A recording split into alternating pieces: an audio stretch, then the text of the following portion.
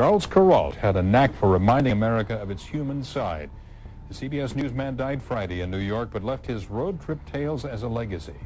America's most trusted storyteller once hid a secret that could have destroyed him. For 29 years, Charles Kuralt sent $600,000 to another woman while his wife remained at home. He bought land in Montana, paid college tuition, and used a false name to play grandfather to children who were not his own. CBS viewers saw a gentleman traveling the back roads of rural America. But behind that image, he was living two completely different lives. The truth remained hidden until he died. Then a letter surfaced and changed everything. In fact, Charles Kuralt did not grow up in Wilmington, even though he was born there. His mother, Ina, came to the city only to give birth because it had a hospital. On September 10, in fact, Charles Kuralt did not grow up in Wilmington, even though he was born there. His mother, Ina, came to the city only to give birth because it had a hospital. The farm covered 100 acres. That was where young Charles spent his childhood years.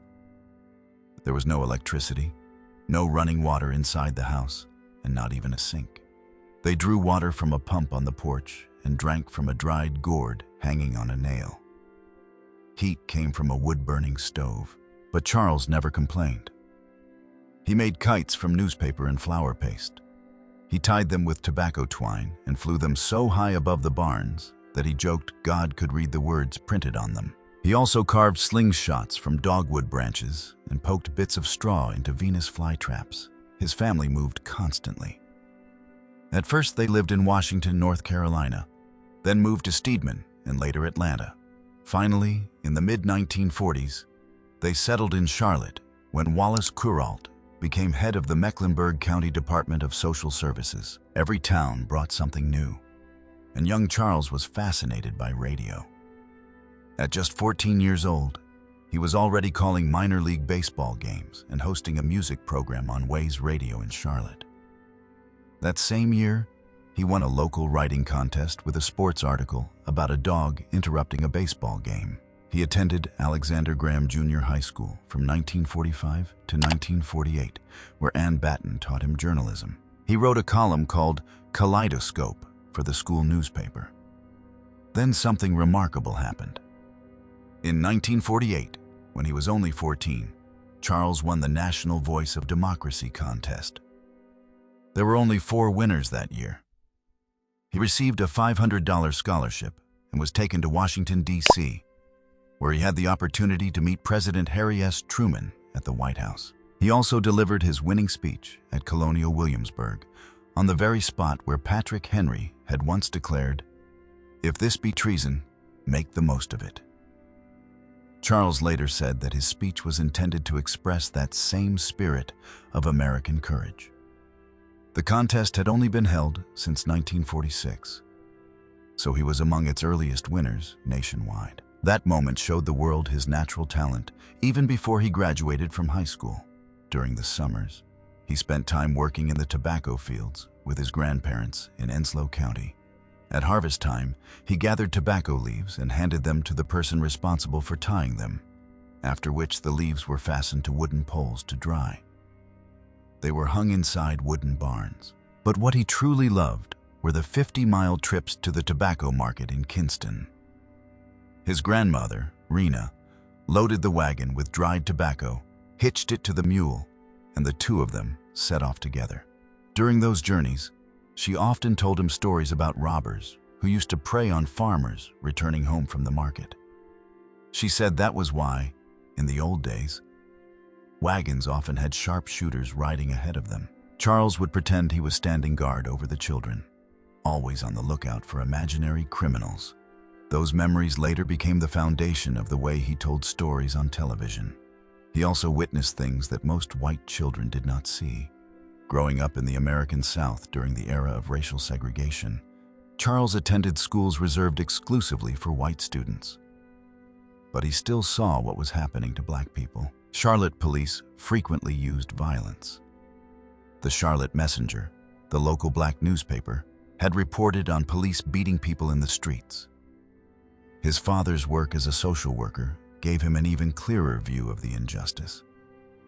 All of it left a deep impression on Charles. Later, he never commented on politics on television, but he always made sure to tell stories that gave a voice to people who were often overlooked. That was exactly how he showed what he was made of.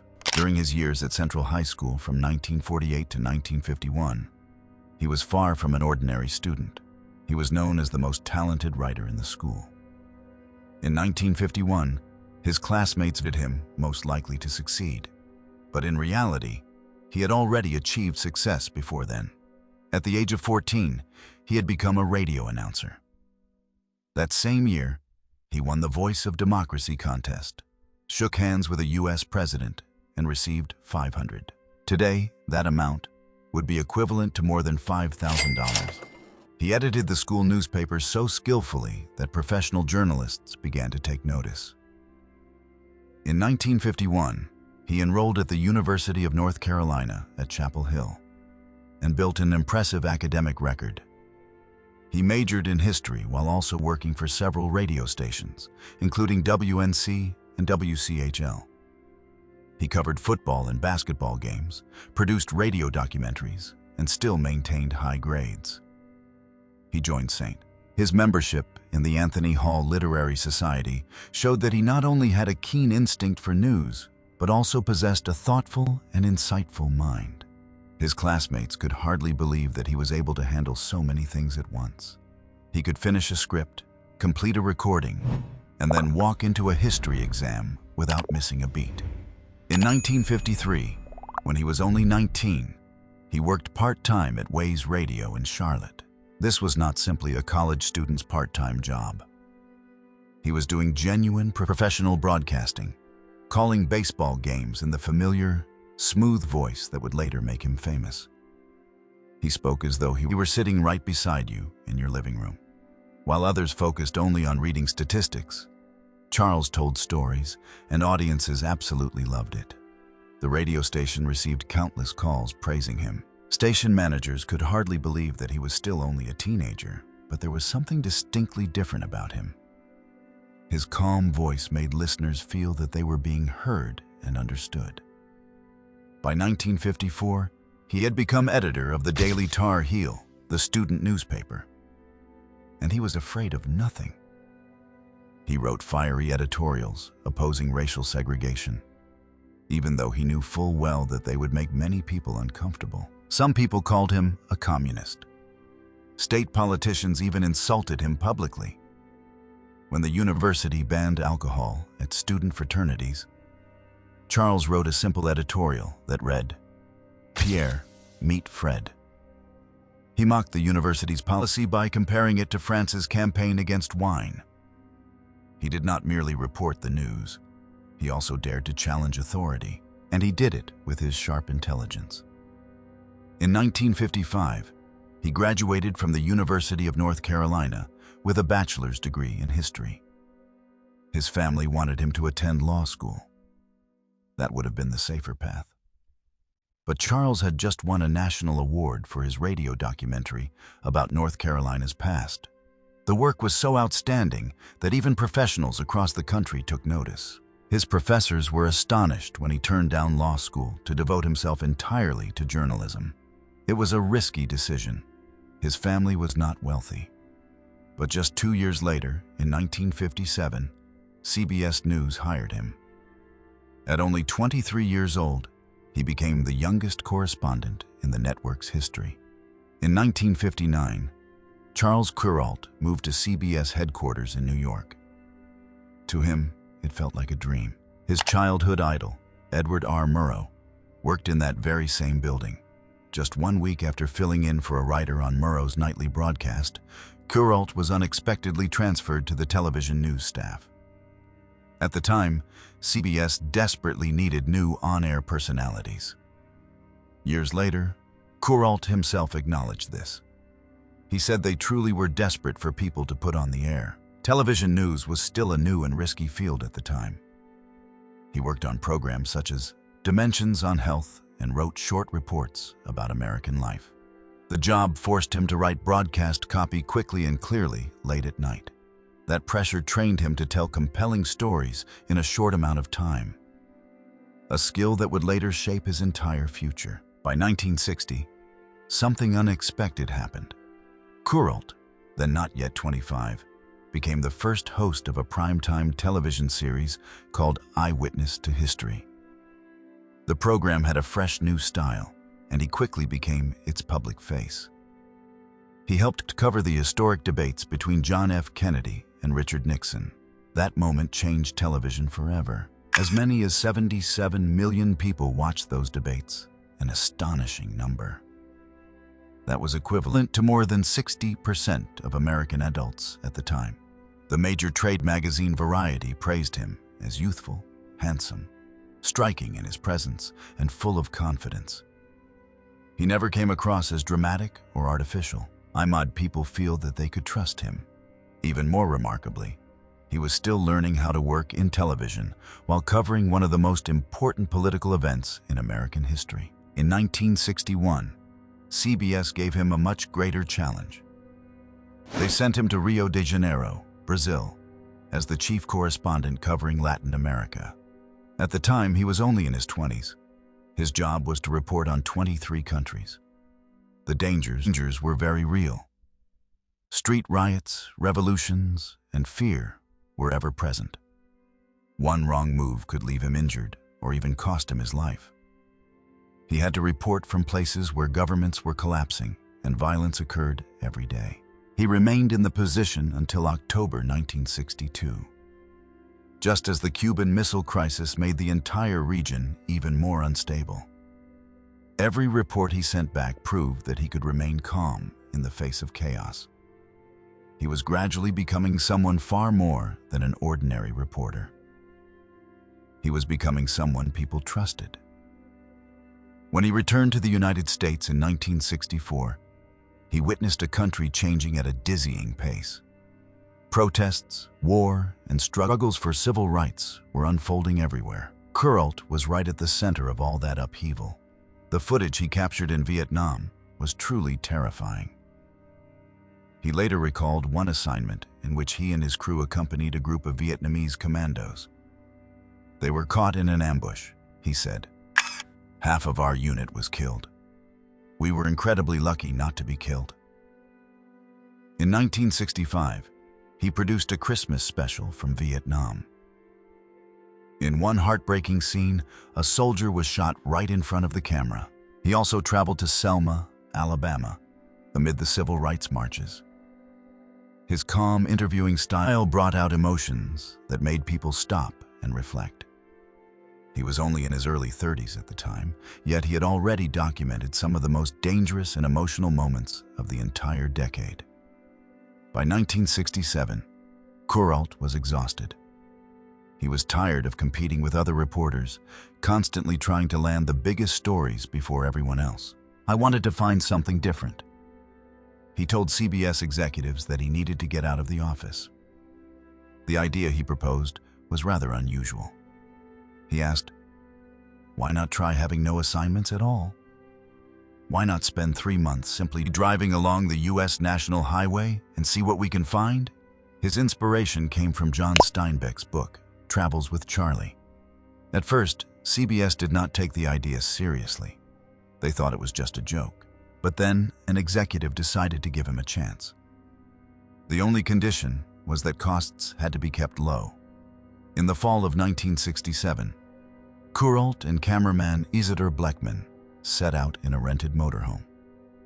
The vehicle was hardly luxurious. The seats were filthy. The refrigerator contained nothing but beer and soft drinks, and they mostly lived on peanut butter and crackers. Every morning, they opened a map and chose a town about 100 miles away. Then, they drove there. That simple idea ultimately became something historic. Over the years, they used 6 different motorhomes and traveled more than 1 million miles. They produced 500 reports across 48 states. And through each story, Kuralt found the things that most news programs had overlooked.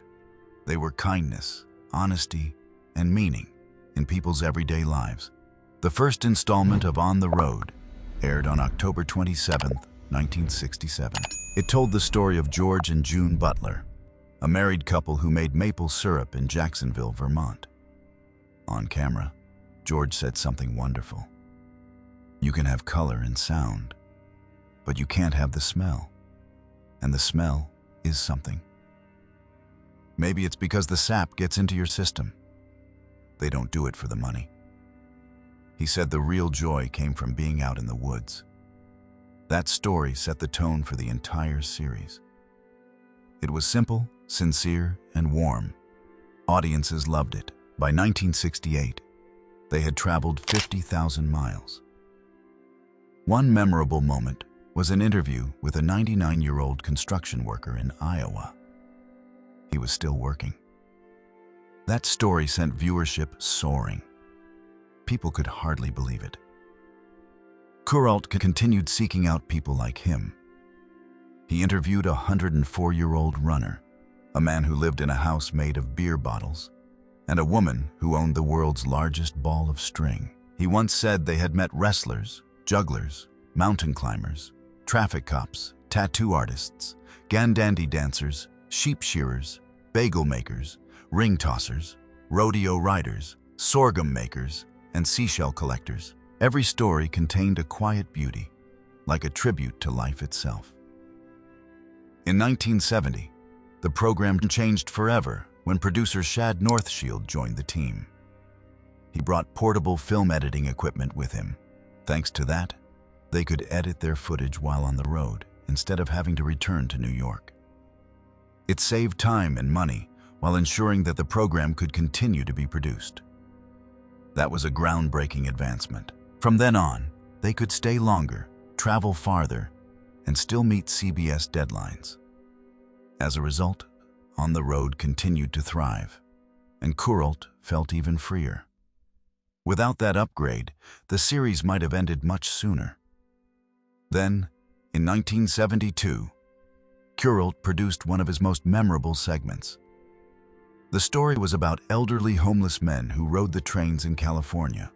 These men had lived apart from society for decades, traveling along the railroad tracks and sleeping in makeshift camps. Most people had forgotten them, but Kuralt had not. He stayed with them, listened to them, and treated them with respect. The story earned him an Emmy Award. He understood that the lives of these homeless men were gradually disappearing forever. Highways were expanding, and that world was rapidly vanishing as well. But thanks to Kuralt, their story was preserved. During the 1970s, Charles Kuralt's journeys on the road became truly extraordinary. He had already traveled throughout America. But it was during these years that everything truly came together. He and his small team filmed more than 600 short stories. People across the country would often stop whatever they were doing to watch.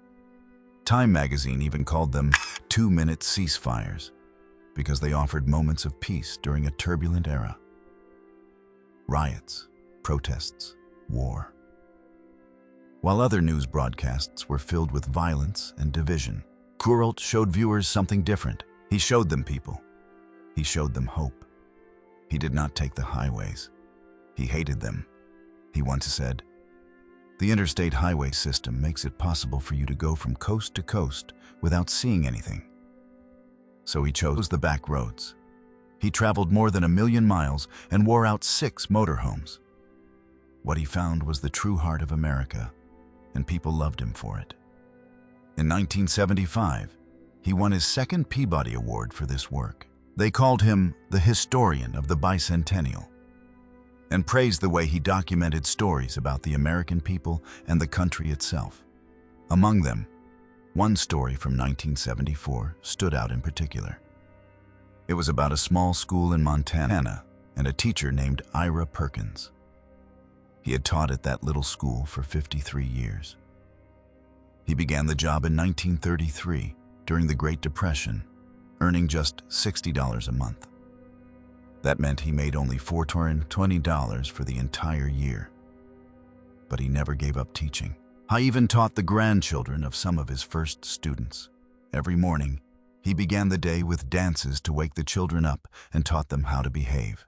In that one-room schoolhouse, one class studied mathematics, while another studied history. Everything was simple but effective. Kuralt captured it all with quiet respect. In 1975, he began an even bigger project. A wagon train was traveling from Valley Forge to California to commemorate the 200th anniversary of American independence. Kuralt joined them. The journey became a new series called On the Road to 76. He promised to visit all 50 states. This was no longer just a simple story. He lived with them, rode alongside them, and documented every detail. The Peabody Awards judges gave him another award, saying that he had demonstrated that the pioneer spirit was still alive. They loved the way he found profound meaning in small towns and brought forgotten places back to life. In 1976, he told the story of a blind man attempting to climb Mount McKinley. The mountain is now called Denali and is the highest peak in North America. The man could not see, but he kept climbing. Kuralt showed the entire country what real courage looked like. Viewers could not look away. He said that heroes were not found on the big screen or in politics. They were the people living right next door. That story became a model for many stories that followed. The film was about resilience, hope, and the quiet strength of ordinary people. In 1977, On the Road celebrated its 10th anniversary. Kuralt marked the occasion by telling stories about simple things, such as barbershops in small towns. But those were the places where people talked about everything: sports, politics, heartache. They were not simply places to get a haircut. They were also places where people gathered. That same year, he revealed that when he first pitched the idea to CBS, he had asked for only 3 months. No grand plan, no assigned stories, just 3 months of traveling the roads. In the end, he did the job for 25 years. But the journey was far from easy. The motorhomes constantly broke down. He had to sleep in cramped, cold places. The roads often had no signs. Even so, he never stopped. In 1979, he turned his camera toward a new subject: endangered animals. In the first episode of CBS Sunday Morning, which aired on January 28, 1979, Kuralt stood in the cold wind at Cobscook Bay, Maine, to talk about bald eagles. He said, "Someday, if you are in the right place and if you are lucky, you will look up and see an eagle soaring. It is a sight that will stop your heart. Only a few are left." Those words became deeply etched in people's minds. They were not simply about nature. They were also a warning, a call for people to care more about the earth. At the time, Alaska had 30,000 bald eagles, the largest population in the country. Kuralt helped people understand why that mattered. Also in 1979, he began a new journey. CBS gave him a new role. He hosted Sunday Morning from a studio in New York. But even then, he never stopped traveling. During the week, he continued traveling around the country, then flew back on weekends to host the program. He maintained that lifestyle for another 9 years. It was not until 1988 that he stopped traveling constantly. The years on the road had taken a toll on his health. 21 years of non-stop travel had left him exhausted. There were rumors that he had produced an episode in China in 1985. That was not true. But in 1989, he did report on the pro-democracy protests in China. It was a dangerous assignment. Although people saw him as a gentle storyteller, Kuralt never shied away from difficult news. Earlier, in 1967, he had joined Ralph Plaisted on an expedition to the North Pole. They traveled by snowmobile and faced temperatures as low as -40 degrees C. During the 1960s, he even reported on the Congo crisis. But he later admitted that he had grown weary of the competition among reporters. That was why he chose The Road. In 1990, he published his memoir, A Life on the Road. The book quickly became a bestseller, but it was not merely a collection of cheerful stories. It was remarkably candid. He wrote about nearly freezing to death while filming the northern lights in Alaska, where the temperature dropped to 60 below and even the cameras froze. He also shared the loneliness of his journeys. At times, he said he would go for weeks without having a real conversation. Once, he suffered food poisoning in Louisiana and spent 5 days in the hospital. Another time, he was nearly bitten by a rattlesnake in Arizona. He even admitted that sometimes he had to pull over to the side of the road just to scream at the sky. All of it had a profound effect on him. His career was not always smooth. Yet even under those circumstances, Sunday Morning continued to thrive. Under his leadership, the program won 3 Peabody Awards in 1979, 1982, and later years. One of its most famous features was a 90-second nature segment. There was no narration, only the changing of the seasons. Each segment took 3 to 5 days to complete. Sometimes, the crew had to wait for hours just to capture the perfect light or the movement of an animal. Kuralt wanted everything to be exactly right. He was willing to re-record his narration as many as 12 times if even a single word did not sound right. He personally selected every story and rejected dozens each week. People began waking up early on Sundays just to watch. By the early 1990s, more than 6 million Americans were watching the program. He retired on April 3, 1994. He was only 59 years old at the time. Many people believe he would be awarded the Presidential Medal of Freedom in 1996. But that did not happen. Even so, he received many other honors. He was inducted into the Television Hall of Fame and received the Walter Cronkite Award for Excellence in Journalism. He still showed no signs of slowing down. He launched a new series called An American Moment, which aired short stories 3 times a week. He also hosted programs looking back at important moments in history. On June 1, 1962, Charles Kuralt stood in a courtroom at New York City Hall and married a woman named Suzanne Petey Baird. The entire ceremony lasted only 1 minute. To anyone who witnessed it, it looked like nothing more than a simple, quick wedding between a rising journalist and an intelligent lawyer. Petey had no idea that moment would mark the beginning of a lie that would last 35 years. Just 2 years earlier, Charles had divorced his college sweetheart, Sori Guthrie, whom he had married in 1954. Now, with Petey, he promised to build a life with her on Manhattan's Upper East Side. But within just 6 years, everything began to fall apart in ways she could never have imagined. In 1968, Kuralt met a woman named Patricia Shannon in Reno, Nevada. Patricia was a divorced mother of 3 who was known for her community activism. That summer, following the deaths of Martin Luther King Jr. and Robert Kennedy, tensions were running high across the country.